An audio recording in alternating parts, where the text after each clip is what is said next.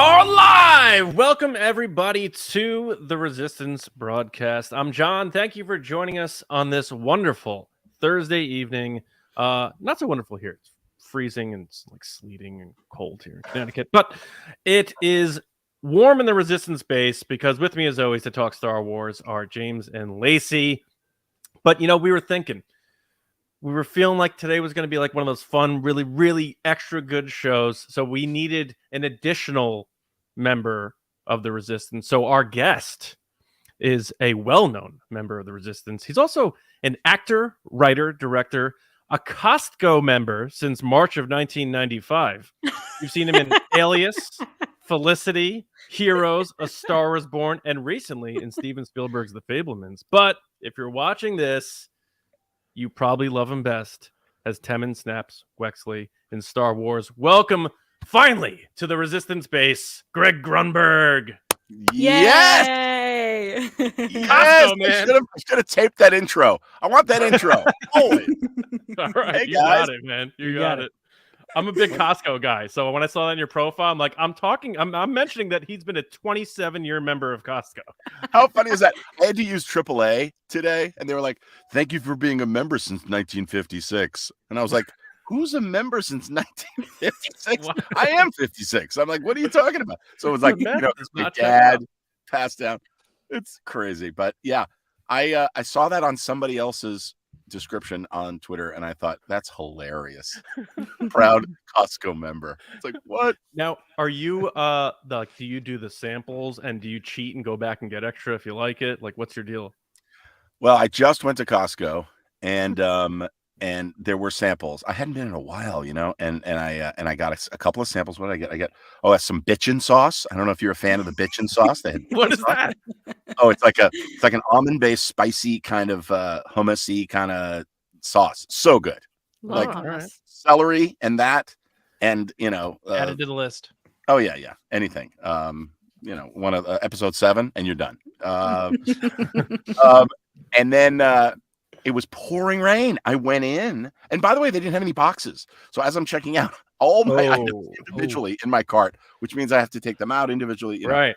Yeah. Anyway, so I'm really trying to eat right. I've got this new show that I'm prepping for, and I'm like, oh man, and it was pouring rain. I was like, well, time to get a $1.50 hot dog and drink. I mean, if it's raining, There you go. And So they haven't did it. changed that price, right? Isn't that their big thing? yes. Pretty cool. And now I think we're gonna have Thanksgiving there next year because it's so cheap. It's like $1.50. Everybody gets a hot dog. That's a family photo. the way right to do there. it. Everyone hold up your hot dog on Thanksgiving. Mhm. $1.50. Now we are so excited to have you on. I know we have been talking with you for a bit now, and just like the fact that we're the Resistance and we call this the base, and you're Snap Wexley, dude. So and before we went on, you showed us a figure that someone made for you of you as Snap, but also you in Star Trek, right? Yeah, I mean, I've got all my stuff. You can see back here. I've got all my stuff. Like I love it because when relatives come over, or if I go to a hospital or a charity event or friends of kids, whatever, I'll give them something. But somebody made this for me at a Comic-Con, cool. and I just thought it was so awesome. You know, I'm really lucky, obviously, that I've been in both franchises. And JJ said something years ago. He was like, you know, you have to trek before you war, which I think is a really cool thing. So one of the things that I sign is this photo of me. Do I have it? It's a photo of me in both in the same position, looking at the monitor in Star Wars, looking at the monitor in Star Trek. It's like it's very cool, and so I'll sign that, and I signed that twice at the at Comic-Cons.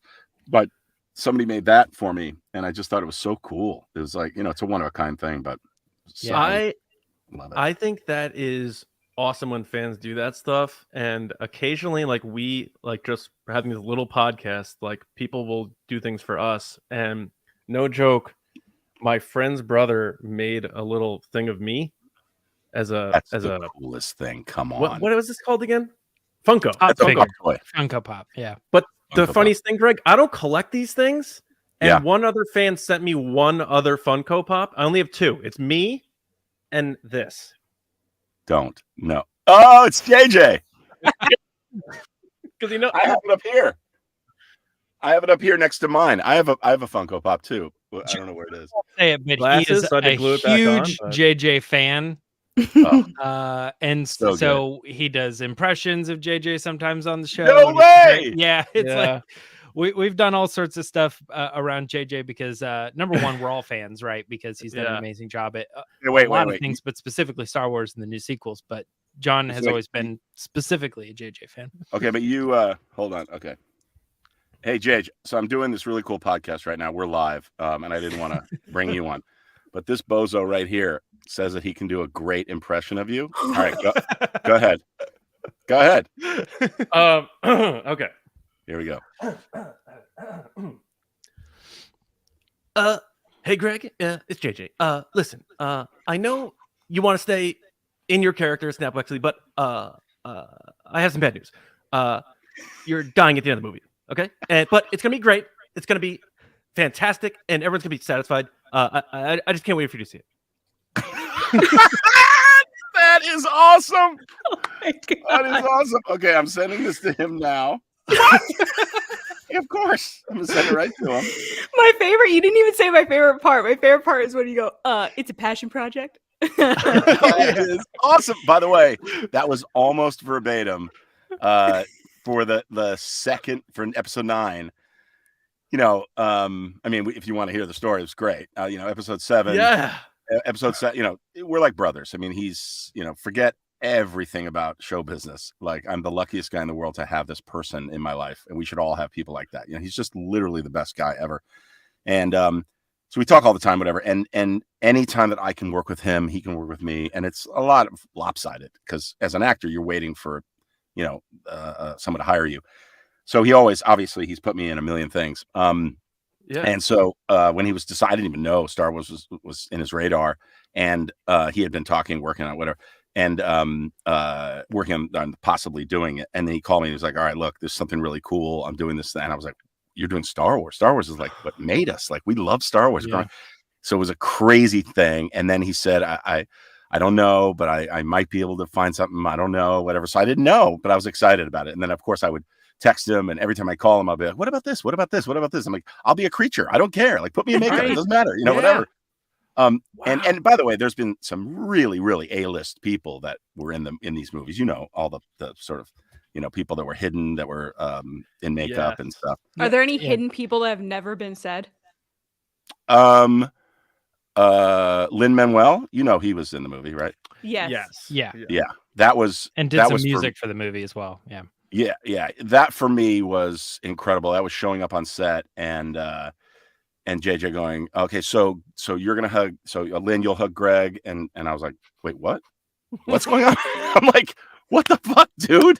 I'm such a fan of somebody so incredibly talented, and JJ had Like raved another about what a great level, guy he is. right? Like so creative. You're like, what? I that's what I'm saying. Like, it was insane. And JJ had raved about what a great guy he was and everything, and I'd never met him, and he was just incredible. So that was amazing to be on set with him and meet him. And Wow.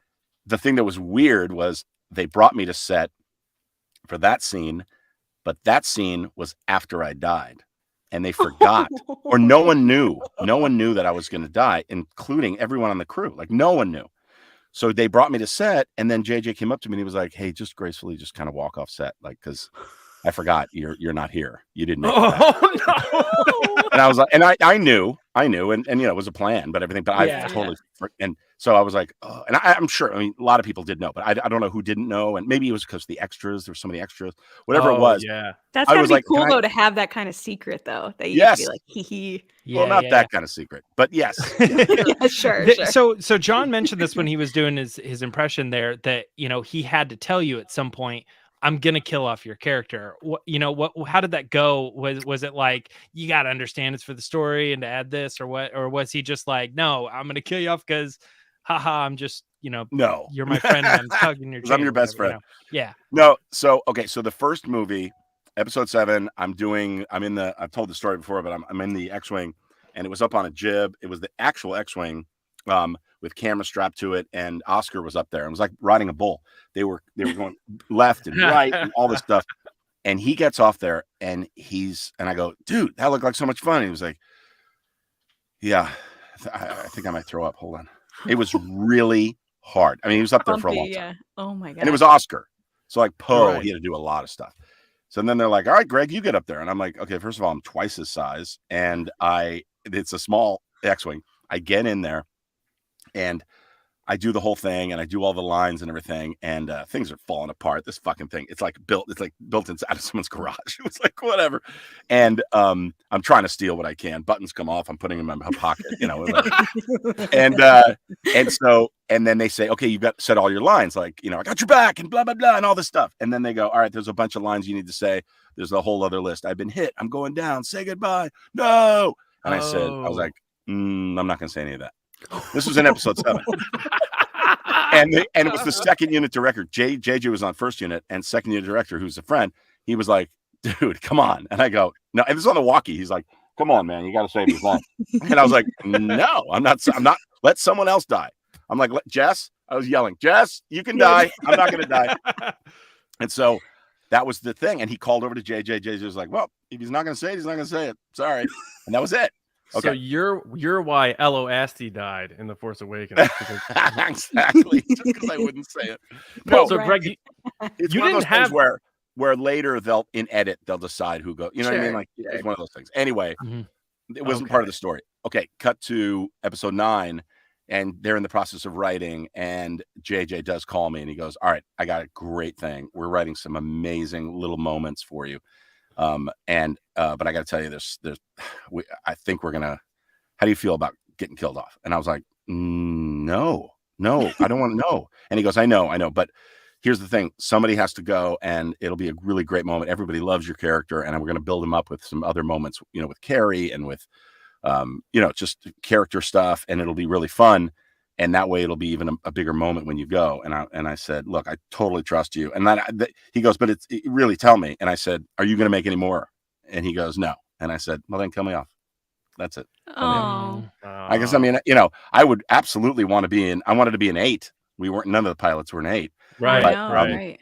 But I'm like, you know what? I'm so lucky to be a part of this thing in even a small way. And for people to remember my name and know my name. So I was happy. And I always you have such a good character. Oh, thank you. I love it. Yeah. Can I ask you really quick, like not to get into the details of like how you weren't in 8 or whatever and how that all played out, but did you take the time or figure anything out? Have you heard about how the character was handled to the comics and stuff? Did you follow the character and understand the story of like why the canon of like why you weren't around and all that?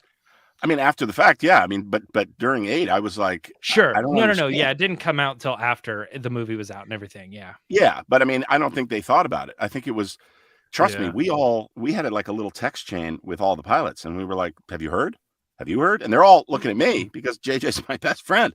I'm like, I have not heard. And then I called JJ, and he's like, I'm not part of this movie. I'm not doing it. And so it was one of those things where Ryan and everybody, they just made a choice, you know, a creative choice to not, which just felt very un-Star Wars like to me, just because you always want to pepper, you know, with other, even if I was just in the background, I just wanted to be there. I just wanted to sort of be a part of that movie. And I did enjoy the movie. I can't say I hated it. I didn't hate it. I didn't love it, but I didn't hate it at all. And I thought it was, you know, had great moments or a couple moments. I'm like, why do we go to a casino? What's going on? But other than that, I thought, you know, Brian is he's that guy. I'm calling him Ryan. I don't know him. He's a brilliant filmmaker. So it's like, you know, at the end of the day, I enjoyed the movie, but then I was so happy when JJ goes, all right, I got good news. I'm doing 9, and snaps back. And I was like, yes! Well, you were like the Wedge Antilles of this, and he was in each of the movies. So, you know, you figure you watch TFA, Snap has he's clearly a face. You have lines. You're in the mix. You're around that orb in the base. You're one of the crew, and then it's like, oh, where'd he go? You know. So I get that. I felt that like watching the movie. Like where'd the Black Squadron go? Like where'd they go? Yeah, exactly. And then of course Charles Soule's become a friend, and I'm like Charles, you got it. And he's like, yeah, I want to do let's do it like a Top Gun with pilots. Let's do that kind of thing. Absolutely. Yeah. So if they ever wanted a flashback, if they ever want to do anything, man, man, I'd be there in a heartbeat. I love it. Just Absolutely don't have the Costco hot dog before you get in the X-Wing. Can't help Might have myself. problems. Can't help myself. Lay off the hot sauce. So Yeah. so before we get into more of the fun stuff and Star Wars and your other work and stuff like that, you are very passionate about charities revolving around epilepsy. It's close to home for you, with your family. So I just want to give you a few moments to let our audience know why you're so passionate about it, what it means to you, and where they can go to support and get educated on it. Because I think a lot of people hear epilepsy and they're just like seizures, and they don't really know what comes to play with it or what it's like being a person with epilepsy. So have the floor, however long you'd like to take, to let our audience know what that's all about. Oh my God, thank you. And Sean Boom, I think, just said, "I'm the man." You're the man, Sean. You're the man. So there you go. Thanks, Sean. Room, yeah.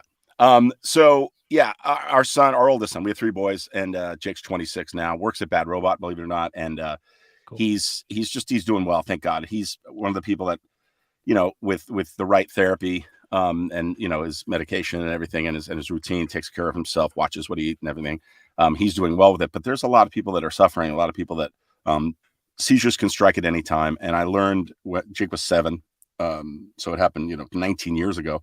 He started having seizures, but everybody thinks of seizures as like convulsive. They fall to the ground, they have a big seizure. That's only one type of seizure. Jake was having what's called absence seizures, or petit mal seizures, which is like 5 seconds of your life you're just staring, and then you come back and you're like, what's going on? So there's no shaking, there's no nothing. So if you're talking to somebody and that happens, you don't know it's a seizure. So Jake was having hundreds at one point, and then it developed into other kinds of seizures and all kinds of stuff. And we've been through everything, but I learned early on that there's a stigma attached. People are scared of it. They think you can catch it, which is such a stupid thing to think of. Like, it's not one of those things. It's something that you were born with, or you had, you got hit in the head, or a bomb went off, or you got an accident, or something. The scar tissue that can cause it. But Jake was just born with it, and you're told as a parent, there's nothing wrong with his brain. It's a beautiful brain. And I'm like, yeah, well, clearly there's something, because he's having seizures. So luckily there's great medication in the pipeline, and a lot of stuff's happening. And Jake, what I've learned is I've met a bunch of caregivers, and one of the things, I have a podcast called Talk About It. I have a website called talkaboutit.org. So if you go to talkaboutit.org, you'll see everyone. I mean, from Harrison Ford to Jennifer Garner to JJ to everybody is on there, and I get celebrities asking questions, and I have a nurse practitioner or a doctor answer those questions, so that it's a real good education. But like, I have Chris and Zach from Star Trek. I have, everything. You'll learn what to do if someone has a seizure. You'll learn what to do if you're a parent and you don't know, or if you're a teenager and when do I tell people about it? Everything's on there. And then partnered with Jazz Pharmaceuticals on this really great show. This company, they have they care about their patients so much, then they care about the caregivers that are taking care of their patients. So I was talking to them. They were complimenting me on my website and my devotion to it. And there's 3 million people that have epilepsy, man. And it's like, there needs to be somebody speaking out for them and permanently. And so I took on that role, my son and I and my wife. And anyway, they said, let's go around the country and you can meet caregivers. And if somebody's a Star Wars fan, we'll give them a Star Wars day. If someone's a car guy, give them a car day. If somebody loves the British monarchy and a tea, having an afternoon tea and whatever, let's go to a park and do this. Let's garden, let's do art, whatever. Giving a caregiver a day of care. Even caregivers don't even have the time to go to Starbucks and stand there and go, yeah, I would like half and half and a chai latte. Like, you don't have time for yourself to even do that. Right. So, like, right. we've gone across. So every episode is another caregiver. I learn from them. They learn from me. We're laughing. We're having fun. We're talking about our lives and our kids or husbands or whatever. Wow. It's really great. It's so well done. I produce it as well as, a star in it, host it. Please, I urge people, go to thecaregiverseries.com and check it out. It's wonderful, and we're doing more. We have more episodes coming out all the time, and just follow me on Twitter at Greg Grunberg or on Instagram or Facebook, and you'll hear about it. That's awesome. Yeah, Thank and you. so good. Absolutely. And I know before we went live, I had sort of asked you, what's a way people can monetarily donate to helping research and everything about care that comes in with the whole epilepsy aspect. And you had said look for your local places that take care of that and run those. But from the three of us, we weren't sure what to do from a local perspective, but we are going to be donating $250 to epilepsy.com. And guys, we advise if you can. That's so cheap. $250? No, I'm kidding. That's awesome. Thank you so much. I can't. And epilepsy.com is exactly the right place, or the national, the Epilepsy Foundation of America, or your city's Epilepsy Foundation. But that is a great, epilepsy.com is an amazing resource, and great. And you have a walk coming up too, right? Yeah, we have a walk. We have two. I have two. I have one in LA, and then there's one nationally in DC, and I'm going to go to both. And so just follow me, on Twitter or Facebook or Instagram or TikTok, or whatever, and you'll hear about it, and you can donate. But man, thank you so much. I really appreciate it. Yeah, absolutely. 100%. And we know, it's tough out there with the economy and stuff. But if you're able to, and whether you know someone who has epilepsy or not, if you just heard from Greg there, just a little snippet of what it's like, and there was things you just said there, Greg, that I work with someone who has epilepsy, and I don't know 90% of the things you just said. So it is certainly a problem, and it's something that people live with. And any bit that you can help, go to epilepsy.com or your local establishments. And by the way, Simplify Dani just said that she's going to match, or I think it's she is going to match. Dani, she. Thank you, Dani. Wow. That's awesome. Hoorah! That's fantastic. Really appreciate that. Thank you, Dani. That's really cool. Yeah, our audience, they're a good bunch. We call it the Resistance, so who better to have in the Resistance than Snap? So thanks for being here too. So to get back into nerdy stuff, there's a lot we can get into. I gotta say, before, like at the end, I'm going to hit you with one of those rapid fire things, which is explain someone in one sentence. So just start thinking who we might be asking you about. But before explain JJ in one sentence, he might be on that list. Oh, okay. I might not be able to explain certain people. Don't test me, but I'll. Okay. Well, it depends on how much whiskey you have. We'll see. Ryan, you rock. Thank you, Ryan. That's so great. That is awesome. Yeah, and for our audio listeners, people in the chat right now live are adding to the cause to help epilepsy.com. So very cool. I wanted to ask you, Greg, because there's this one aspect of episode 9 that I find interesting, The Rise of Skywalker. Some people find it to be a divisive movie. I personally love it. It's the only Star Wars movie that made me cry twice. So I won't say what parts, but I think people might get an idea. But I'll say this, the whole Carrie Fisher element was done so well that I think people forget that she wasn't there. And it's crazy to me. And I wanted to bring this up because you have one of the funnier moments in the movie, because aside from Han Solo, I think Snap is the only person in Star Wars that sassed Leia back. And she asks you to be optimistic, and you're like, yeah, everything's great. Everything's terrific. Don't worry about it. And nobody else has the gall to do that to Leia. And by the way, the way you just did it, that sounds more like JJ doing it. Just I'm Greg, I'm sorry. Talk us through that. And I know JJ sets from the behind the scenes documentaries, he's pumping Beastie Boys. It's a party. It's a good vibe set. It seems to be that way. When you were doing the Leia scenes, was it hard to keep that going, or did it feel like a celebration of her? What was the experience doing those scenes, especially that one in particular where you had to sass Leia back even though Carrie wasn't there? Yeah, I mean, it's so I've done certainly not that, but I was in a movie called The Hollow Man, and there was a lot of acting when there was no one there. I mean, I had to pretend that Kevin Bacon was there. He wasn't there. Right. Whatever. Yeah. And you trust your director. I mean, that was Paul Verhoeven. This is JJ. It's you have to, there's one audience member. If the crew is oh, we love it, it doesn't mean anything. It's you have to really, the director knows what they want. And JJ was so respectful. He was so amazing at getting exactly what he want. Now let's cut to before that. Before we actually went to set, and I'll tell you how they did it.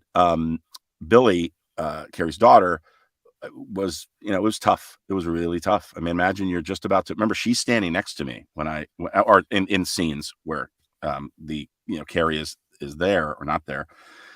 And they had an actress, and she's the same build, same look, and they made her look, everything. She made her look a lot like Carrie, but her face wasn't Carrie. Well, they had a mask of Carrie, and they put it on this actress, and they had that made, after during one of the movies, that just for visual effects or whatever. So they used that. So Billy and I and a lot of people are standing there looking at Carrie, and it's not perfect, but it's creepy. And so I was whispering things I can't tell you in Billy's ear to make her laugh, and she was laughing her ass off because she's just like her mom. She's got the best sense of humor ever. Great. And JJ's like, "What the fuck's going on?" He comes over, he's like, "What's going on?" And I told him, and he's like, "Oh my God, Jesus Christ. So inappropriate. You can't even believe it." Like the most dark, the worst thing. Oh my God, I just heard. Holy shit. Lisa Marie Presley just died. Oh no. Yeah, I heard the news earlier, but not that she had passed, but I heard she went to the hospital with a heart attack. Oh Yeah. my God, that's Yeah. terrible. That's so That bad. is terrible. She was just on the Golden Globe red carpet the other day with the Austin Butler who won the award. And she was interviewed too. Yeah, she was there. I did a movie with Riley Keough, who's I think her daughter. God, man, that's terrible. Wow. That's horrible. Oh my God, that's so bad. So we're on. So anyway, I'm whispering things, making her laugh, and we got us through it. It was really hard. I just did my lines a few times and just tried to make it great. And JJ's just like giving me different, telling me to do different versions of it. He knows in edit he's going to use it, cutting back, to us. But yeah, it was tough. I have to say, like that was absolutely horrible, obviously for everyone. And and I'm sure a lot of people felt this way because she made everybody feel this way. But I had such a strong connection to her. I just loved her no bullshit attitude, her sense of humor, her ballsiness, her uniqueness. And Billy's got all of that. And it was one of those things where I met an icon, and the first time I worked with her was I'm standing there and she's like, "Come on, snap." But she lays into me and then she crosses through frame. And so, and this was at TFA, and she said the line and she crossed, and she didn't cross out the first time we did it. She walked across right to me and wrapped her arms around me and grabbed my ass. And I was like, what? I was like, what is happening?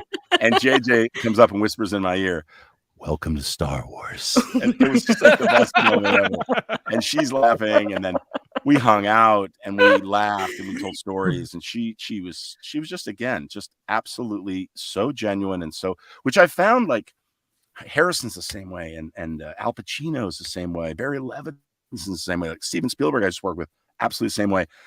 And I don't know. I mean, I want to say I'm sure they have their moments, but they don't. I mean, they're so professional. They're such pros. I think it's a balance of really appreciating, knowing how amazing they are, right? Feeling so confident in who they are. It's because when somebody is in any work environment and they're just belligerent and rude and weird, and it's all an insecurity. It just is. And so with acting, it's your face, it's who you are. So if you're insecure about that, it's going to magnify, and you're just like, you forget your lines, you blare them at other people. I mean, I've been in situations with actors, I'm like, what is going on with this guy? Why is she acting this way? It's because they're insecure, they're nervous, and they're projecting. And with the big, incredible legends, I've just been blown away. Henry Winkler, who's a very, very good friend of mine. I love Henry Winkler. Dude, there's nobody better. Nobody better. There's a movie I did called Group Sex. If you want to laugh and you want to see a really fun, I wrote it, I co-wrote it and co-produced it and starred in it. Henry's in it, Tom Arnold's in it, Kim Whitley's in it, Josh Cook, Odette Annabelle. A lot of people are in it, and I'm really proud of it. It's really, really funny. But I got to know Henry during that process, and we've remained friends. And there's just no reason to be rude to anybody in life, and let alone. I agree. I totally agree. I can't stand it. I can't stand it. We were at dinner last night. I know we want to talk Star Wars, but this is on this. We can talk about whatever whatever you want. Yeah. Okay, good. And I'm talking to my son and his girlfriend. And I took them to dinner, and we're sitting there, and at a table next to us, a plate comes for these two people that are sitting there, and the whoever, the waiter comes and puts the food down and walks away. No acknowledgement of the food, and tables were really close. And it was like, not even like, oh, thank you, like nothing. And my son turns to me, he's like, I hate that so much. And I went, man, I raised him right. Man, yes. People forget that there's humans in front of you, whether it's in a restaurant, in retail, at a grocery store. Oh my gosh. Have you ever seen on Reddit, there's a subreddit called I Am the Main Character? And it's just a bunch of videos of people like pretending that everybody around them doesn't matter, and whatever they're doing is the only thing that oh my God, that's brilliant. Man, I love that. Did you see Greg, have you seen Barry, the show Barry? Yes. I haven't. I'm not caught up. Amazing on that show. Incredible. Yeah, absolutely incredible. I'll tell you something. You know who else is an incredible actor, and you don't think of it? People, I mean, you guys are so young, you don't even ever think of it. Is Howie Mandel. Howie Mandel is such a fucking great actor. It's ridiculous. I am waiting for somebody. I wish it was me. I wish I had a project. And I see him. We're neighbors, and I see him at Starbucks, and every time I mention, he's like, nobody's gonna put me in a movie. I'm like, Howie, you're so good. Like, if you go back to St. Elsewhere, yeah, he's funny, but there was a show called St. Elsewhere that he was in. Mm-hmm. He was incredible, like such a great actor. And a lot of comedic actors are really good actors. It's the hardest thing is to be funny, to listen, to respond, to the timing of it all. But the honesty of comedy, if you do it right, can definitely you can use those tools to be honest and dramatic, and it's pretty powerful when it works.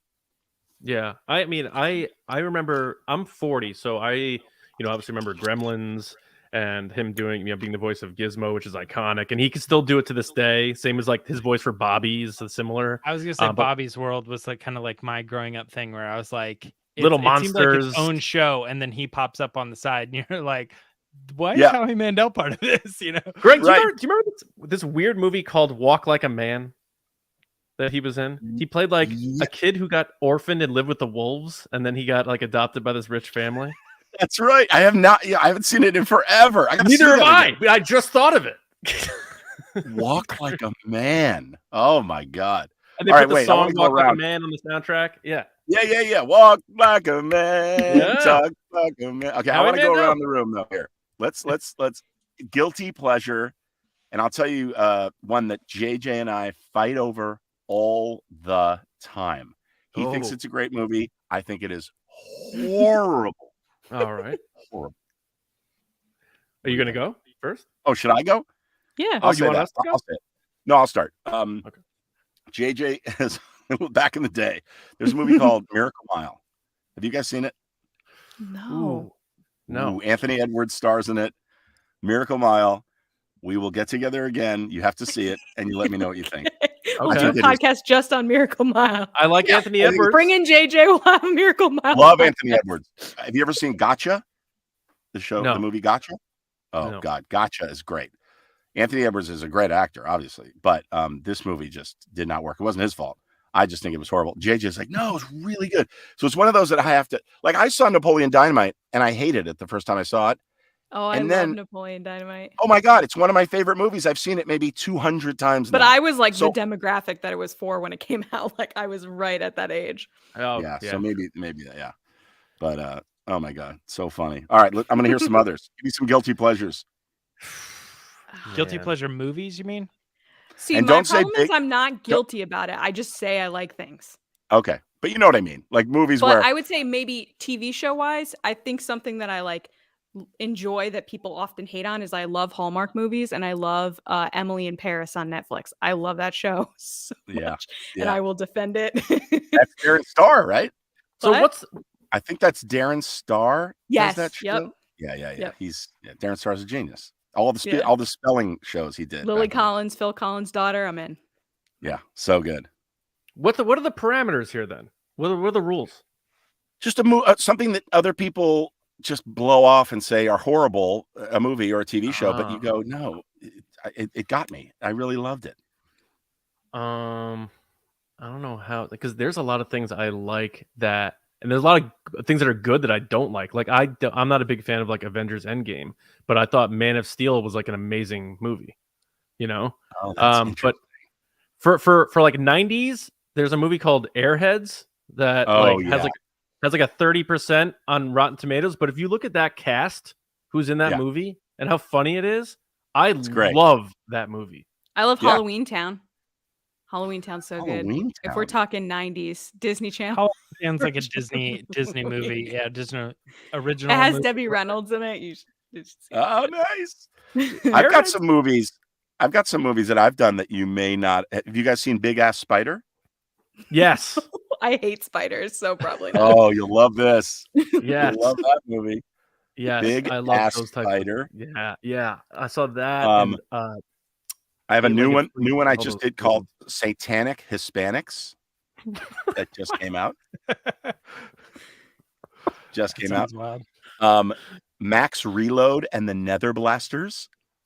You must see that movie. What is this? Come on. Dude, I produced that one too.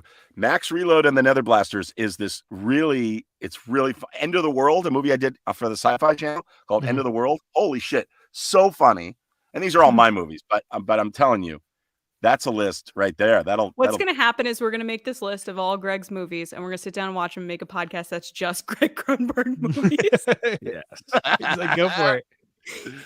Exactly. And I'm already hating spiders, so Big Ass Spider sounds. Well, this one, I wish you could bring it up.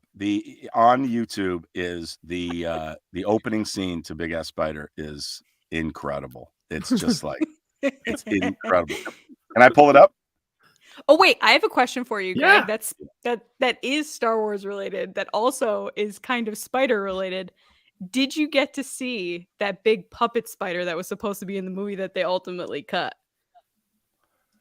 Oh, you mean Claude? No, like the Claude. baby head thing. The baby head thing that's supposed to it was like this thing in a swamp. It's supposed to be Kylo Ren, like the Wayfinder. Yeah, there's a scene. It's supposed to be early in the movie when Kylo's trying to get the Wayfinder. He has to go get the information from this creature, which has the legs of a spider, but the head. It is a spider. A spider sitting feeding on off top a of a baby head, like a thing. And he talks to it and he gives him the information. And then he's like, cool, I'll go there. And he goes and he gets the Wayfinder. But they cut that from the movie. It just shows him killing people and then getting the Wayfinder. Oh my God. It is insane. Greg, I'll send you the picture. It is insane. Wait, so now we need to watch the opening scene to Big Ass Spider, and James still has to give us his guilty pleasure. All right, here we go. He's just going to show us the screen. Yeah, right there.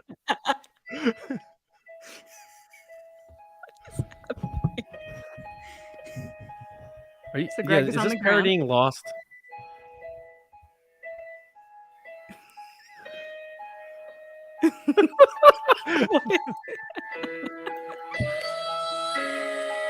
Kind of has like a Zombieland sort of. Yes, the slow-mo look. It's scary. Anytime slow-mo, you use yeah. the Pixies, you're in for a good time. I love that we're doing now a live reaction to the opening scene of this movie.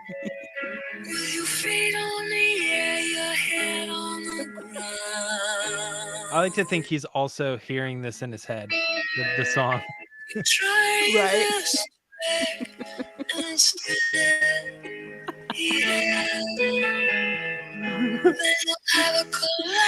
So for our audio listeners, Greg is showing us the first scene of Big Ass Spider on his phone. They're shooting And up it's in the him air. walking very slowly through dystopia as people are running and screaming around him. I can only assume they're running from a giant spider. A big ass spider. Yes, correct. This is pretty epic, Greg. If I was in this, I'd be like, this is my time. Greg right now is like Ben Affleck running into the smoke at the beginning of Batman versus Superman. Here we go. Oh, There you go. There's the smoke.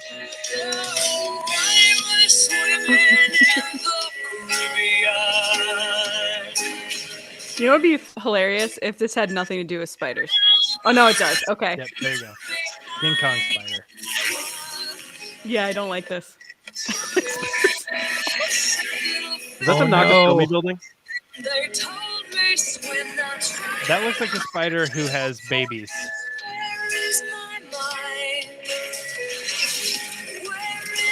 I was hoping that was JJ texting in. Yeah. That guy was terrible. Oh my god, what is? Come on, baby. Yeah, That was so epic. yeah, yeah. That movie, Excellent. dude.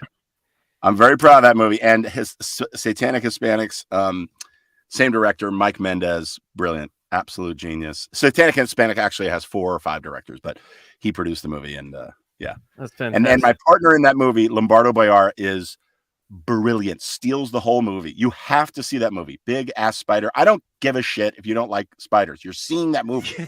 I saw that like 10 years ago or something, I think. Yeah. Oh my god. Yeah. All Yeah, right, I'll for see sure. it. Yeah. I gotta check that out again, especially after that. I forgot that the Pixies, you had the Pixies doing that whole thing. Or Yeah, not I the mean, that was Pixies, a but a cover of it. song. A cover. Oh, it's so Yeah. good. Yeah. I love it. Um, Were you guys the whole time? Were you guys describing it for people? Yes. Yes. sort of, yeah, because we have our audio listeners too. Yeah, So we're on I YouTube love right it. now, but we're mostly a podcast. Most of our listeners are audio, so we're like, all right, well, let's get into this. Describe it. That's good. I love it. I wanted to ask you because you were in TFA obviously and the Rise of Skywalker. Were you on set the day of Harrison Ford and JJ's injuries? No, I was still in LA, and I remember hearing about it, and I got a hold of JJ, and he was, I mean, that was like, I text JJ before I hit send, he's replying. That's how quick we reply to each other, right? Oh wow. And he didn't reply back right away, and it was all about Harrison. It was all about it. There's nobody cares more about everybody on the set, crew, everybody, than JJ. So that never happens, and it was really unfortunate. It was an accident, and man, thank God that everybody was okay. You know, I saw him on, I think it was promoting The Force Awakens, and it was that big story about Harrison Ford being injured, whatever. And he was on Howard Stern, and you know how Howard can get the stories out of people, and JJ was talking about how he didn't think about hydraulics or whatever, and have a guy hit a button, so he's just trying to lift this door, and he felt his back, but then he just went about his business, and he had a broken back the whole time. So JJ is like going back and directing Star Wars JJ Abrams broke his back for Star Wars, basically. Well, he broke his back trying to save Harrison. Yeah, he slid under and he was trying to lift that. I wasn't there, but that's what he told me. He was trying to lift it up. I mean, and that's he broke crazy. His back. Did he have any like lingering permanent injuries from that, or did he fully recover? Like that's a big deal. Recovered. No, he fully recovered. Yeah, man. I mean, it was one of those things where he didn't know. You know, obviously, it wasn't like he broke his back and he couldn't move. He broke his back. Said in the interview that he went there and they were like, "You broke your back." Yeah, and he was like, "Oh, places or something." Yeah, exactly. Yeah. He's a tough guy. His priorities. He's got priorities. He knows.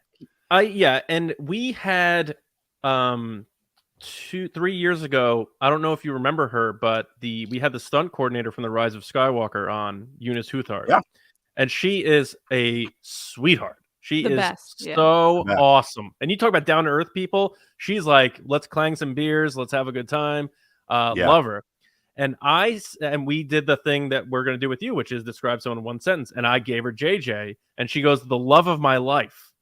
So and you hear that in these interviews, and it's a consistent pattern when people talk about JJ Abrams. The main 3 cast from the sequel trilogy said, I would come back as long as JJ comes back. You know, it's like, what you're saying is not just because he's your best friend. There's records from people talking about this guy. So I wanted to ask you about this because this is, Mission Impossible has become like almost bigger than James Bond. And Tom Cruise is now doing these stunts that just to promote a movie, he's doing a stunt. Right. So JJ does 3 after 2, which I thought 2 was brutal. I did not like 2. The doves flying out of the car. 2 was a music video, wasn't it? It was a music video. It was pretty much a music video for Limp Bizkit.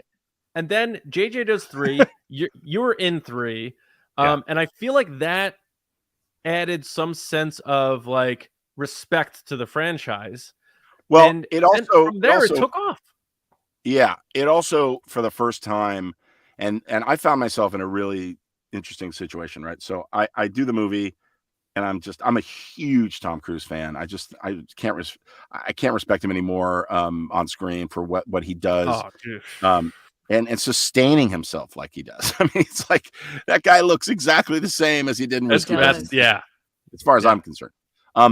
And I'm sure he's got, he sleeps in a chamber and who knows the weird shit that he does. But he is so fucking talented, so sweet, so nice, so well respected. And anyway, but that doesn't matter because I found myself, JJ's like, hey, come to Bad Robot. I want to show you something. I go upstairs. I'm like, where's JJ? Oh, he's up in the screening room upstairs. I go up there and I sit down and there's Tom. And I was like, oh, hey, man. And he's like, hey, Granny, what's up? Like, totally remembers me, which is crazy. Wow. He was on set. Actually, it's not a surprise because I worked with him and then I visited the set and I had my kids with me. And I visited the set when the that scene that they show in the trailer when they were on the bridge and all that crazy shit happened, the car and then the missiles coming and all that. So they were in the middle of shooting that crazy sequence over like 2 weeks and they shot it out here close to my house.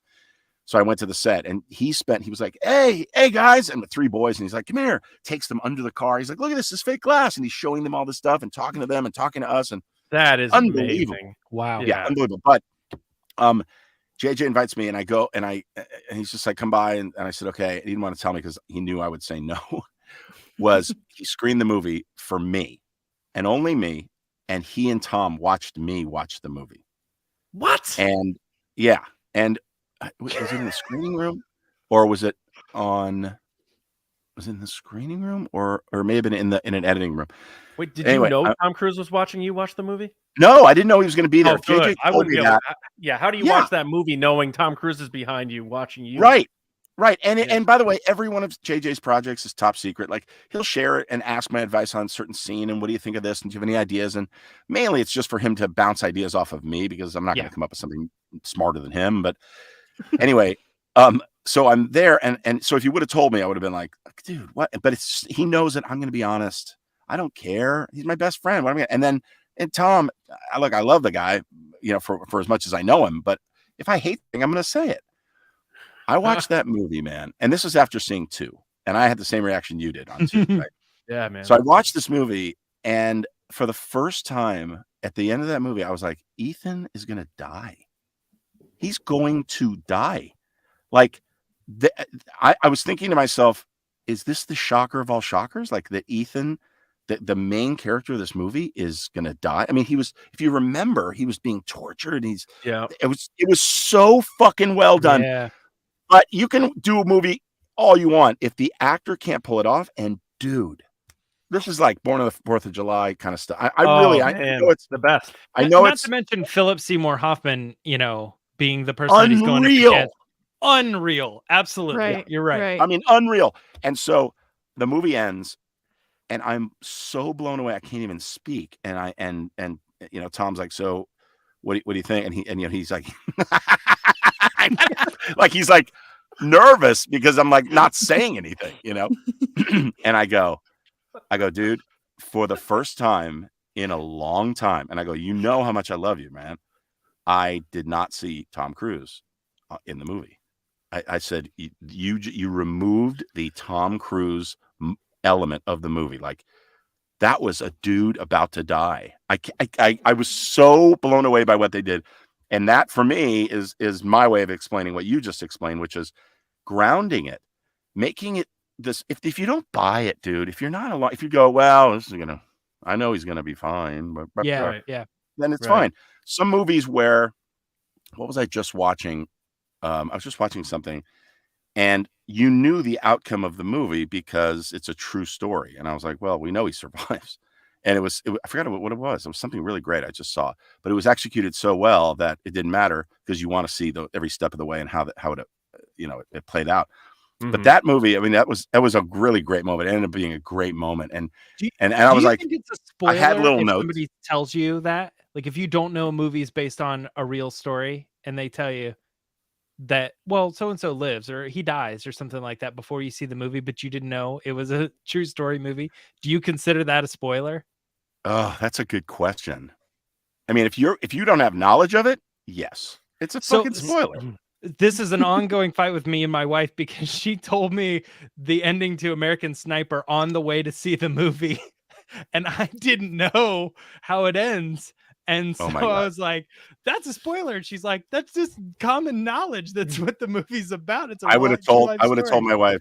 I would have told my wife, get a good lawyer. Just get a good lawyer right now. I mean, I just don't know why. I don't know what the point is to tell anybody the end of any movie. I just don't get it. Yeah, like, I think she, all fairness to her, obviously, I think she just thought I knew. You know, like the boat sinks at the end of Titanic. Like everybody knows kind of thing. I think she just thought I knew, you know? Yeah. But yeah. No, I get that. I mean, I mean, that though, I know you know that it's based on a real story, but you may not know the details of that story, especially that character, you know? I just was watching today. I can send you guys a link. My son sent me. There's a guy who's a Navy SEAL, and he's actually debunking or watching scenes from movies, and he watches the sniper scene and the breach scene. And he's like, all right, so this is American Sniper, and he's watching, and then he's like, okay, stop it here. So they would check, and this signal means this, and you go like this, and you would. It's unbelievable to hear the stuff that's fake, the stuff that's real, and he gives, you know, he's like, well, that's a movie, so you have to talk. But if you're in a helicopter and you're about to jump out, you can't hear anything. So it's all about signals. You know, it's 3, 2, 1. You wouldn't go, all right, so 30 seconds, and we jump. You can't hear anything. It's like those doors are open, and it's like wow, wow, wow, wow, wow, wow. You can't hear anything. But it's a really cool channel if people are watching. And I'm trying to get this really cool. I'm doing a documentary by the way right now. I can't talk about, but I've gotten into documentaries. I'm producing this one. It's big. It's a sports documentary, and now I'm producing this other documentary. I'm starting, you know, other projects, and I've met these high level Navy SEAL and SEAL Team 6 and all these people, and I'm doing I'm hoping, I'm working it out. I did one episode with a couple of guys, and it was called, Mission Debrief, where real Navy SEALs take me through a mission from the beginning to the end. Oh, and they talk me through it. And so I'm like, wait, stop. Cause it's all just like, and then we did this, and then we did this, and then we did this. And this villager came up, and he was strapped with a bomb. And so we defused that and moved on. I'm like, whoa. You can't just say that. What the fuck happened? And they're like, well, he came in through the window. And, you know, it's like, I want to know step by step. And so these two guys, the first episode, we're editing it now. It was really fascinating. And even the mundane stuff, it's not mundane. They are, and they don't want the H word. Don't call them heroes, man. They don't want to hear it. This is what they do, and they do it better than anybody else. And and I asked him about like the adrenaline rush attached to it. I'm like, why do you like? I watched, you know, The Hurt Locker. You guys remember that movie? Yes. Yeah. Amazing. He comes back, and he's standing in the cereal aisle, and it's like, now this is the big decision. What cereal? Oh yeah.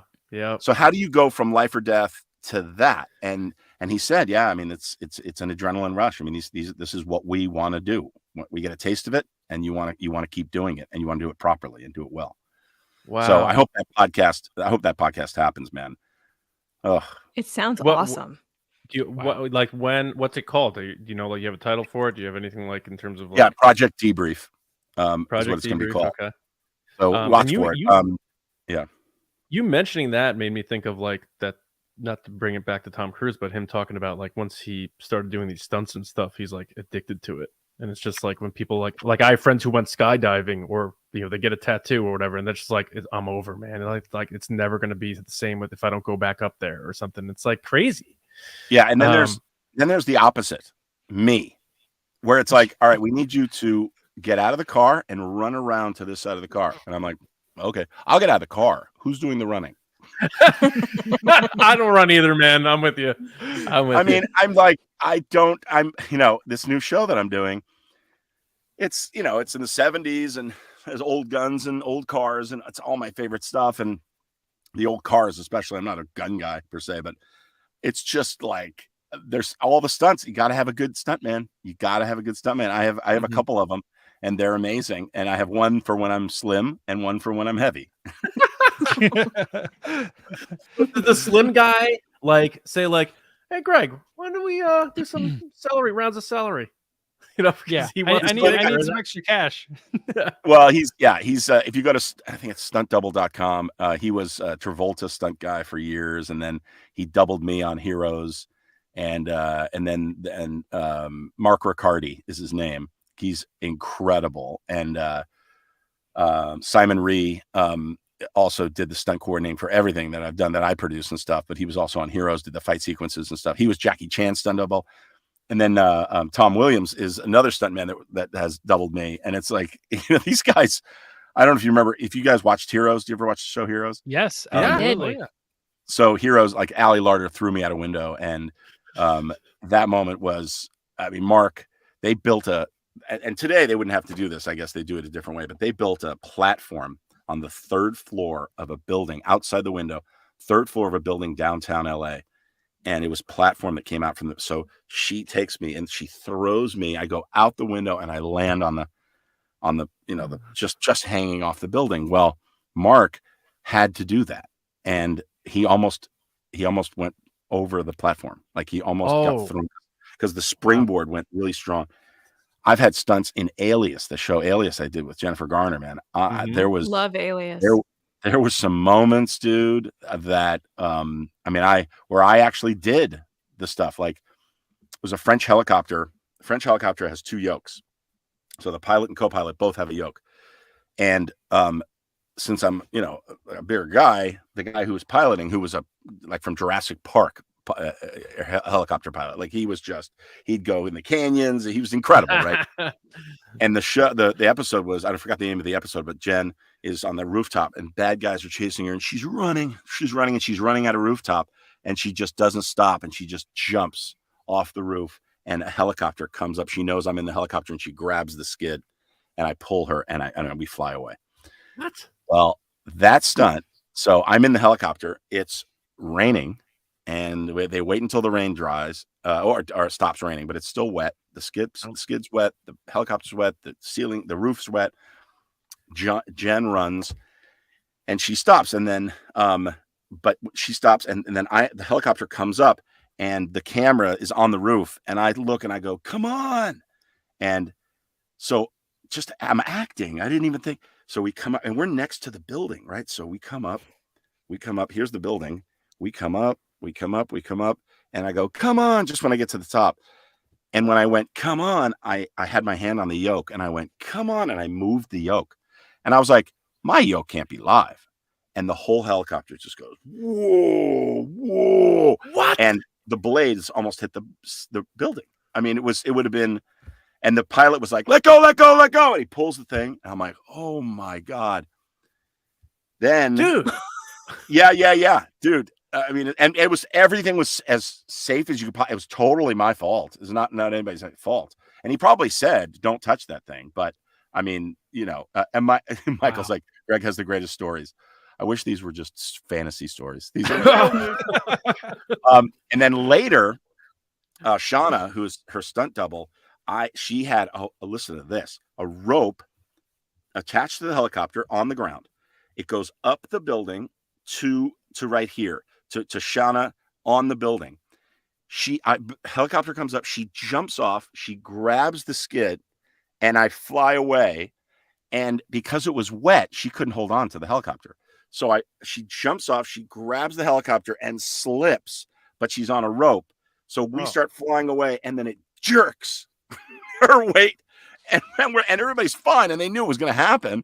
But I'm like in the helicopter, and I'm like, holy shit! Oh man, that's my nightmare. I'm so helicopters freak me out as it is, and now you've permanently deleted that mode of transportation from my life. I got 2 more real quick. Alias also. We're running out of this power plant, and it's Jen, Michael, Carl. I love how every time you say we're running, it's always we're running. Yeah. This is how it's the big ass spider slow mo. Yeah, exactly. Like at the treadmill at the gym, they're like, "Why is he lifting his?" Because I'll just be sitting in a chair. And your head on the clouds. This is as much running as I do right now. I'm in my office. I just do this. We're doing cardio now, Greg. Let me catch my breath. We're running out of a power plant, and we're all in a line, and we're supposed to be running out, and the explosions go boom, boom, boom, boom, boom as we're running out, and then the building blows up behind us. So they're like, all right, so Jen, you'll go first. You're going to run first, and then Michael, then Carl, and then Greg. And I was like, why am I in the back? And as I'm saying that, they start applying this anti-fire flame. Oh, God. I saw it coming. Yeah, Why to the am I back in of my head, and I'm like, oh my God. And they go, it's fine. You're never going to feel it, whatever. If you go back and watch that scene, dude, I was so fucking scared because I felt the heat and the explosions behind me that by the end of that slow motion run, I beat Jen. I took over the lead. I was like, fuck! And you see me just going, holy shit. And the bombs just going off behind us. Crazy. Wait, Nuts, that dude. has to be in your Twitter bio. Forget Costco. Yeah. You beat Jennifer Garner in a race? I beat Jen in a race. That's a good one. That's a good one. Yeah, just put faster than Jennifer Garner in your Twitter bio. Yeah. That's a great. If you don't, I will. So funny. Oh, my man, God, dude. faster Holy than Jen cow. Garner. All right. All right, so you've been in a ton of stuff, and you did video games for Star Wars, which I think is awesome. Yeah. I have to ask you this because I am a huge Trey Parker fan. And I had no idea. I love this movie. I had no clue you were in it. You were in BASEketball? Oh, dude. Not only in basketball, like I carried that movie. No, I'm Yeah, kidding. you were one of the players, weren't you? Yes, I was one of the oh my God. I You never weren't on forget this. You weren't on the No. beer I stuff. was the informants, the New Jersey informants. Yes. Okay. I was like, hey, come on, man. And he takes the foil and he chews the foil, and I'm like, oh, Yes! dude. Yeah. Yes, dude. So let me ask you, did you have to like tell them you were good at basketball? And two, what are those guys cool, or are they dicks, or like what's the story with Trey Parker? Okay, they're not. They're the coolest ever. They're the funniest, most talented guys ever. Yes. And I was a huge fan before that, right? So we get there, and then I'm like, these guys are the worst actors I've ever seen. Ever. I didn't know the tone of the movie. I was like, what's going on? And I just went with it. It ends up being such a fun movie. I love it. And they're not bad actors. They're awesome.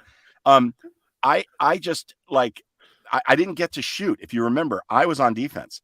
And so I was the taunting. one. You were doing taunting. Yeah, I was right? the one taunting. Yeah. Oh, no, I so did shoot. funny. No, of course I did. I did shoot, and I break the window. Yeah, you're right. He does the foil on you. Yeah. Yeah, I was good at basketball. I played basketball in high school. They didn't even ask. They didn't give a shit. They didn't care. That's amazing. That movie wasn't that bad. Hey, that's a movie that doesn't get enough credit. So add that to my guilty pleasure. Yes. But I like anything those guys do. So, I love that movie. I just did a podcast on Orgasmo. That movie. God. Yeah. So yeah. And Come on. I mean, look. What was the other movie that Malibu's Most Wanted? I'm in that movie too, and that's like, Jamie Kennedy. Yeah, that's a classic. So this might be a good opportunity to jump back, because a long time ago you asked us to do a roundtable with our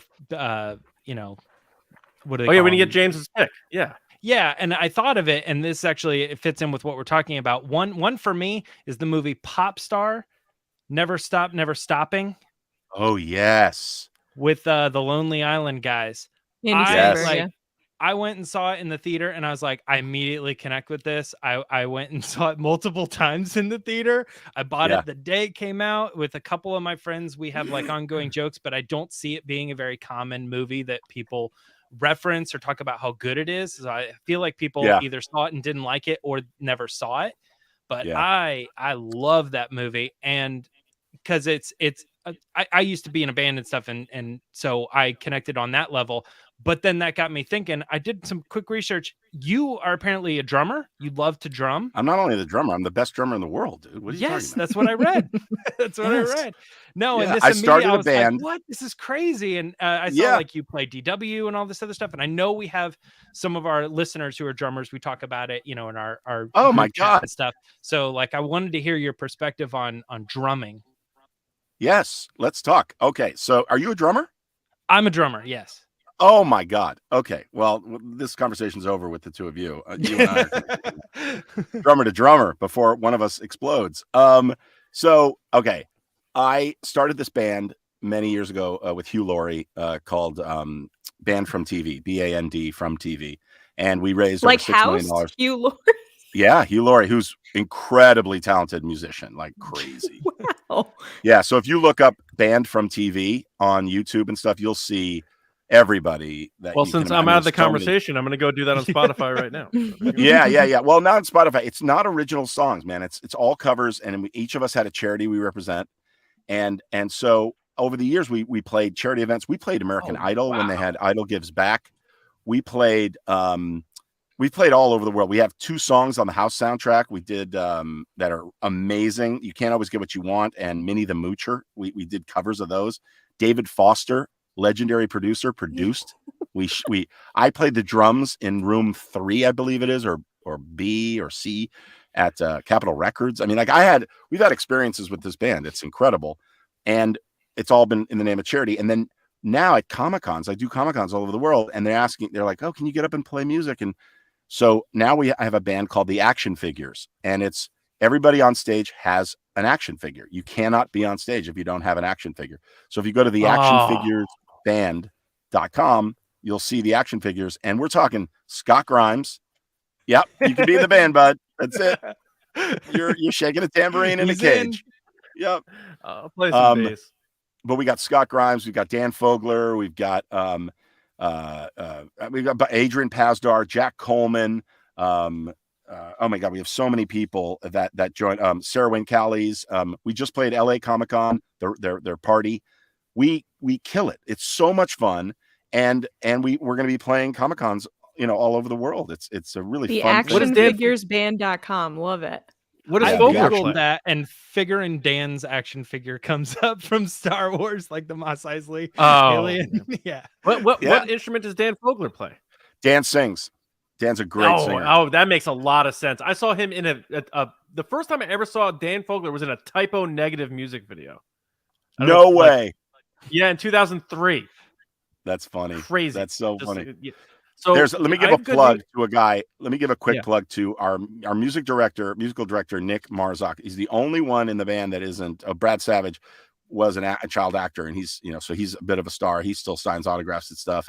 But Nick Marzak, Marzock. Check out his music, guys. If you're listening, just do yourself a favor. Check out Disengaged, his newest album. He's such a brilliant singer-songwriter, and I do a lot of stuff with him, podcasting and stuff, but his music is just beyond. And he's on stage with us, and then we have all the actors, on stage. But cool, man. Yeah. Nick Marzak. He's great. Yeah, I just Googled him. Everything that you're saying, I have like 12 tabs open right now. I know. I'm sorry. No, I have good we love news. it. I have good news though for you, Greg. I am on the Wikipedia page for Band from TV, and you're still listed as a current member. So congratulations, you are still Very nice. Yes. I And like there's a bunch of former members, and it looks like Terry Hatcher does vocals. Yeah, This Terry is Hatcher's been in wild. the band. Bonnie This is Somerville was in the wild. band. Bob Guinea from the Bachelor, if you remember from years ago. Yes. Oh yeah. my God. Amazing Oh my people. God. But yeah, you can go to bandfromtv.org, I think, and then also the Action Figures Band .com is where you want to check that out. Yeah, that's so awesome. Really Yeah. fun. That And is the great thing wild. about it is, like, when we do a Comic-Con, everybody in the audience, they're all pulling for us. Like, we just had Amy Jo Johnson, who I'm like, she's got to be in the band now forever. Like, she's so amazing. She and I did a show called Felicity together years ago. Mhm. And she obviously the Pink Power Ranger, but she's now directing. I was and going to she's say, were you in writing. Power Rangers? Let's be honest. Yeah, I wasn't, but she, no. Yeah. And I made her get up on stage with us, and Sarah Wayne Callies killed the crowd. They were so great. They loved her. And then Amy Jo got up, and it was like, what the fuck? And Jack Coleman, who was in The Office, and he was in Heroes with me, and Adrian Pasdar, from The Prophet and from Heroes with me, and everything. It's a really fun time to see our band. It's really fun. Wow, dude, that is so awesome. I was in a band years ago. We failed miserably, but I love the fact that I miss being in a band. And the fact that I you have still no are musical doing it talent. is very cool. Well, it doesn't hurt to have done a few TV shows. I'll tell you that. That's the forgiving thing. I forgot to do that, Greg. That's my fault. That's the thing. You just went right to the music. Yeah, I went right to it. Yeah. Well, Airheads, like, man. no. I saw Airheads, and I'm like, let me hijack a radio station and do it this way. But here's another movie, SFW. So fucking what? What is that? No. That's talking about hijacking a radio station. SFW. Oh, all right. Came out the year after Airheads. Yeah. Yep. Were you in that? Hey, I'm gonna go take a piss. Okay. So I'm gonna stop my camera. I'll come back. Okay. Okay. Sounds good, man. This is what we call intermission here on the Resistance broadcast. So we do have a couple more Star Wars-y type questions for Greg. I do have one question for him from the chat that I think that he would like to answer about his lovely clown painting behind him. Right. Yes. If you haven't noticed yet, this has been wild. Take a close look, a little to the stage left on your right. If you're watching the video, there is a really weird and creepy clown painting. But we'll get to that. Yeah, and if you're an audio listener, this might be one to check out on video because he already showed us a few things. It's very cool. But man, I mean, there's so much to talk. There's so many things that we haven't even talked about. Yeah, with Greg and these this stories. Is like volume 1 of Greg Grunberg. Yeah. Well, first of all, the fact that he put me on the spot to make me do the JJ. I don't even know if I did it good. I haven't done it in years, but he's back. You did it. There he is. All right. Oh you did all right. You did all right. You did okay. Oh my God, I'm gonna have to go soon. We do have a question in the chat from Diana who wants to know the explanation for your clown painting. So I know you explained it to us, but yes. Okay, so clown painting. That a friend of mine does estate sales, and I found that in an estate sale. And the story behind that is the guy in the painting was a businessman, a wealthy businessman, and he hired the artist to paint him, to do a self-portrait and or a portrait of him. And of course, he was just a greedy dude and didn't pay the artist. He was like, I don't love the way I look, so he didn't pay the artist. So the artist was like, okay, and he turned him into a clown, the clown that he is. And I just love that. That to me is just ultimate. It's like turn lemons into lemonade. And it's one of my favorite paintings. I love it. That is good. Now, before you get out of here, I do want to get those one sentence takes on a list of people. I'm so nervous. I'm nervous. You'll be all right. Dude, you almost blew up people with a helicopter. You're nervous about this? Get out of here. Okay. All right. So describe the following people in one sentence. And I'll start. Well, we'll go big time first. Steven Spielberg. One sentence. And if you cheat and you do it 2 sentences, whatever, but okay. So incredibly trusting for a goat. Oh, I like that. Okay. You touched on her before, but Carrie Fisher.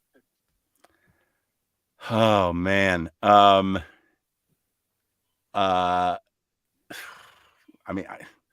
sentence on Carrie Fisher. Absolutely nobody better. There'll never be another. Oh, I love that. That is never amazing. Harrison Ford. Oh man.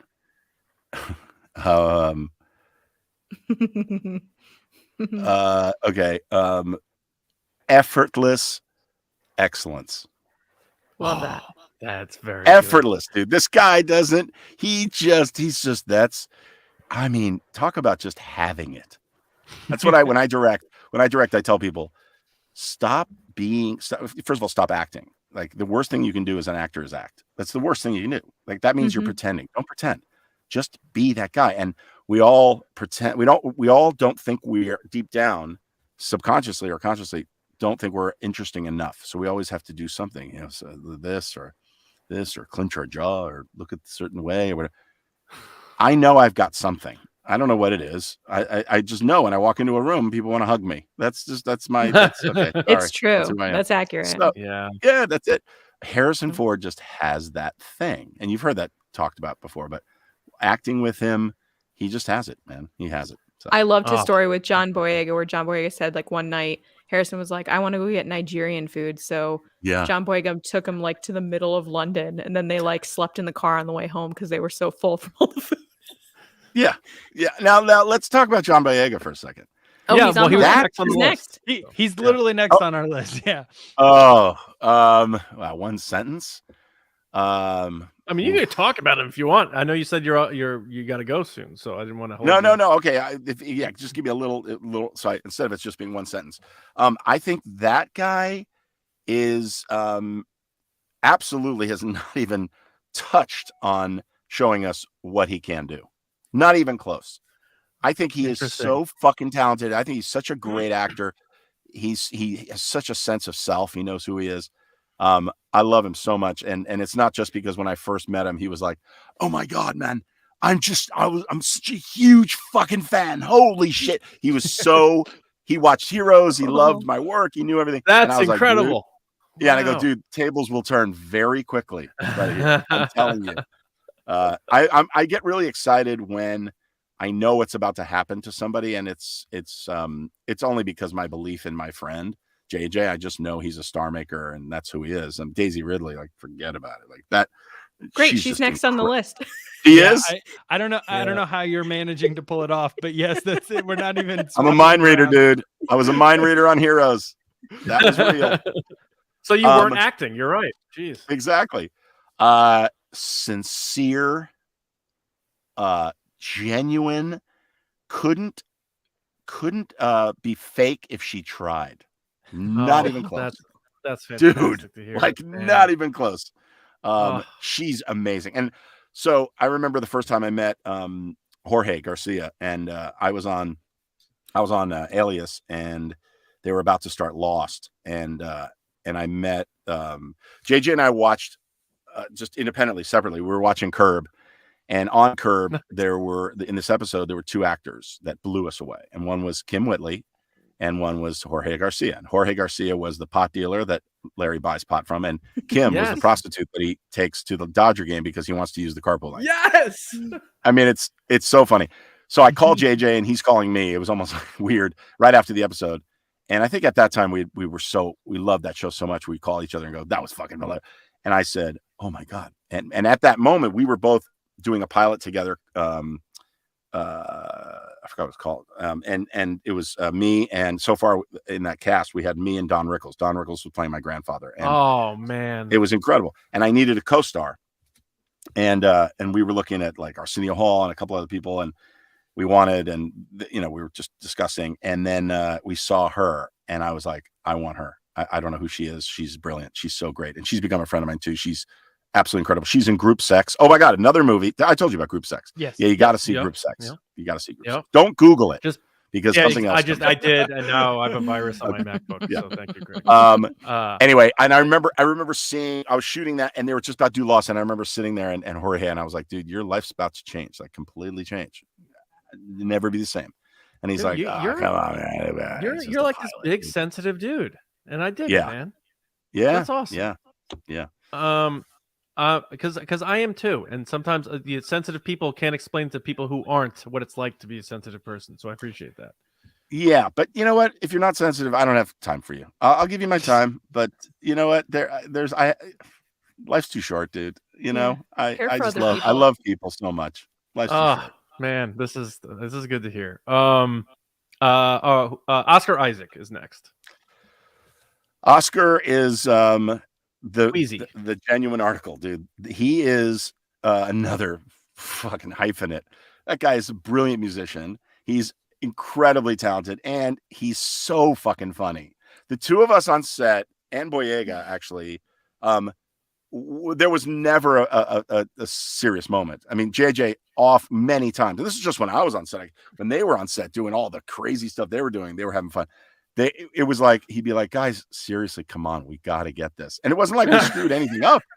He was just prepping for the take, and we're just dying. And more than anything, I think JJ was just jealous that he couldn't be standing there with us. Oh, I love it. Because he's directing. He's behind the camera. And he would come up and he'd be like, what am I missing? What am I missing? Because I see you guys laughing. So what's going on? And it was just, I don't know, man. Oscar and I love that guy. You mentioned he's a musician. He was in a successful band before he was ever in acting. Like, there's so many pictures of like his old band and people taking like photos with the band when they saw him on live and stuff. And then like years later, they go back and look at that photo and they're like, "Is that Oscar Isaac?" And then they put it together. They realize he was one of the members of the band. Like, he's so much more famous now. But look up there's another guy that I worked with who's a friend, is Ricky Gervais. Look up Ricky Gervais' band. Years ago, he was in a hair band, dude. That guy was like back in the 90s. He was in a hair band. I remember that now that you mention it. That's crazy. Yeah. And then another guy who I worked with that and he's become really close. I'm name dropping like crazy, but when I meet people I love, I don't let them go. And they've all supported my charity and stuff over the years. Talkaboutit.org, thecaregiverseries.com. But thank you guys. Is Bradley Cooper. Never knew that guy could sing, play the guitar. Never. I mean, how many times do I have to hang out with him and play golf with him and have drinks? And I mean, we're really close. And all of a sudden I'm like, you're doing what? Don't do that. And he's like, I want you to be in the movie. I want you to play my driver. I was like, dude, what? Dude. You're singing? And he's like, Lady Gaga's in the movie. I'm like, what? I mean, it just blew me away. That's great, because Lady Gaga's also on this list. Oh, really? You did skip one, Mr. Mind Reader. But he brought it up before this. It was Carrie Russell. Carrie. Oh my God. These are all people I love. This is my love list, guys. Well, we did our research. You know, we know your career.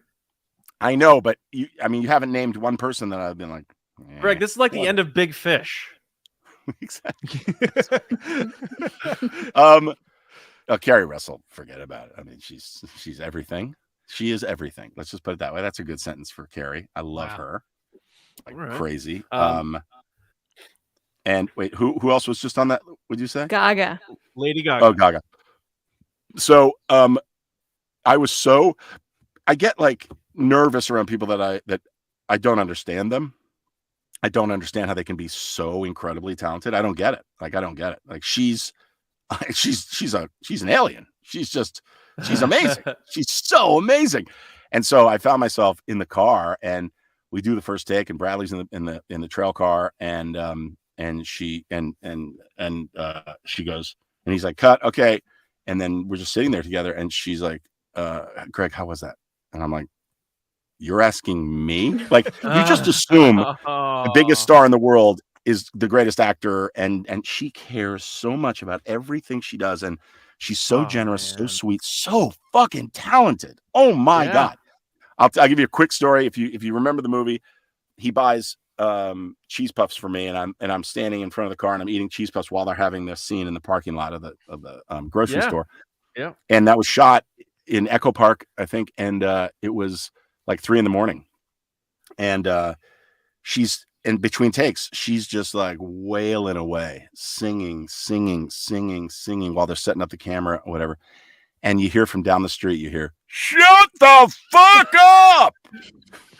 And I'm like, this dude just stuck his head out of his door, not knowing he's getting a private concert from Lady Gaga.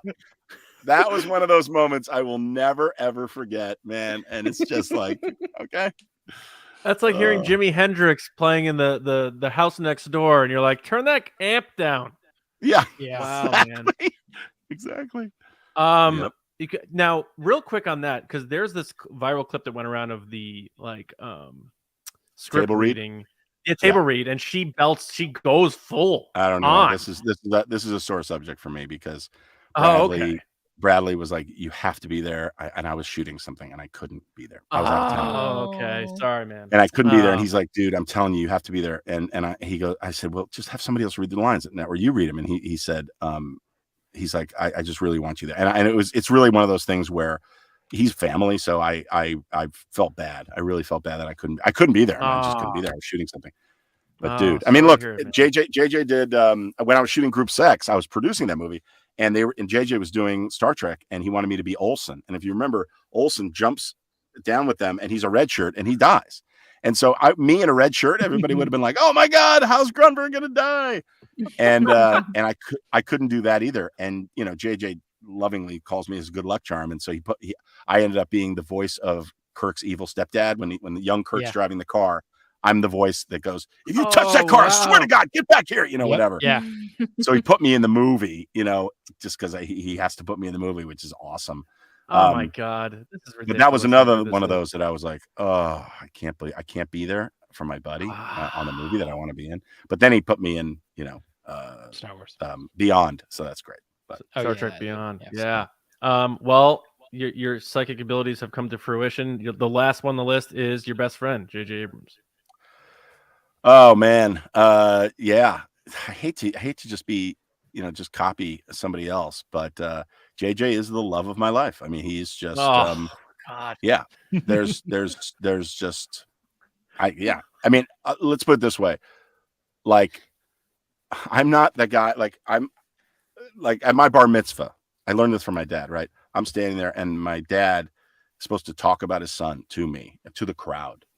And my dad leaned over to me and he whispered what he wanted me to know about me from my dad, you know? And it's like, that's what it's all about, man. It's just, you know, so anything I say here will pale in comparison to how I feel about him. And he's the only one that, and he knows I love him. He loves me. That's it. I mean, honestly, when I say the word brother, it's like, it's just a weird thing. And I hope you guys have people like that in your life that are, you know, we've had some really, really, really, really tough times dealing with, you know, unfortunately our son having seizures. You know, he's 26 now.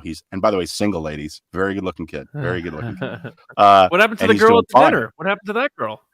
Oh, no, that's my youngest. That's Sam. Okay. I was gonna say, but Jake, you know, Jake's the greatest, and he's doing well, thank God. He's you know, and that's epilepsy is that thing where it's like, oh, they're normal until you see him have a seizure. But just like your friend you were telling me. And so but I forgot where I was going to go with this. What was I saying? Oh, that you know, yeah. I mean, brain surgeries and tough times and seizures and stuff. And you got to have somebody that you can turn to. You've got to talk about it. That's why I have talkaboutit.org. Just don't be afraid to talk about stuff. Everybody's got something. Everybody. I don't care who you are, man. If you say you don't, you do. If you say that if you're friends of yours on social media right now sharing perfect pictures of their perfect vacation, I guarantee you in a few months you're going to hear, we're splitting up. We're not doing well. Mm-hmm. It's like you don't have to. It's like, it's nice to share good news, but tell you know, just keep it between you. It's like so weird. Anyway, I love him, and that's the longest way of just telling you, you know, that I hope everybody has a guy like that in their life. He's the best, man. Yeah, I mean, that's incredible, man. I appreciate it, and I have to go because I'm out of whiskey. Yeah, I mean, what better way? There's no better way to close it out, Greg. So again, if you know, for our audience who is joining us late live, but you know, people are going to be listening to this after on our audio feeds, talkaboutit.org and the caregiverseries.com, and look for follow Greg at Greg Grunberg on Twitter and check his updates for his walks that are happening in LA and DC. And by the way, I'm back up on Cameo. So if anybody wants a cameo from Snap Wexley, let me know. I'm out there. That is very cool. That is very cool. Yeah. Now, we just want to thank you for coming to the Resistance Base, our Resistance Base, man. The Resistance broadcast needed to have you here. Yeah. And we're glad you finally came back. And by the chat, I mean, we had questions. People want you back. So you got to come back at some point down the road, maybe when your podcast is out or other stuff's going on. So this was awesome, man. And oh my God, to you for hours. Okay, well, can I thank you guys, because I know, and I'm sorry that I was like, what about tomorrow? How about tomorrow? How about now? No, it is totally I apologize. fine. Totally fine. No. Good. We all have little kids, so sometimes it's tough to hit go immediately. Yeah, I have a 14-month-old, so it's not. Yeah, who's named after Daisy Ridley, actually. Oh, awesome. Mm-hmm. Awesome. Well, I should- thank you for the donation too, and thank you everybody who's watching this and listening and who has donated. The most important thing you can do is talk about this. Honestly, we just saw, DeMar went down with a heart attack on the field. People knew what to do, and with Right. heart patients, even if you don't know your chest compressing and you're breathing, and your chest compressing and you're breathing. Well, do you know what to do if someone has a seizure?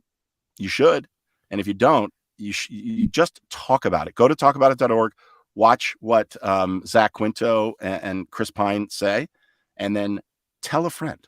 Talk about it at dinner, and it just spread it out. Spread the information, because ignorance can kill if you're in a situation you don't know what to do, and it's so simple. So thank you for letting me talk about this. I didn't know that's what we're going to talk about, and I can't thank you enough. 100%. Yeah, absolutely. 100%. Real life important. matters more than anything, and we know that. So, but to leave on a light note, if you do ever actually send JJ that impression, please do not tell me if he thought it sucked. So I sent it to him. Wait, let's see what he says. Let's see what he said. He has not responded. So You may hopefully have put maybe him he's to not. sleep. Yeah, hopefully Maybe he's you not put him lifting to a sleep. hydraulic door or anything. Yeah. No, he's not doing that. I will. I'll check with him, and I will let you know. Maybe that's it. Part 2, I'll have his response. Oh my God! All right, man. Greg, we can't thank you enough. I know our audience had a blast. I know people are going to listen to it on the podcast feed tomorrow. We're going to have a blast. You have a key to the resistance base, even though you already have had one. But thank you so much, and we look forward to talking to you again, man. Be well. Be careful what you wish for, man. I'll be back. All right, thanks, Greg. Thank you. See ya.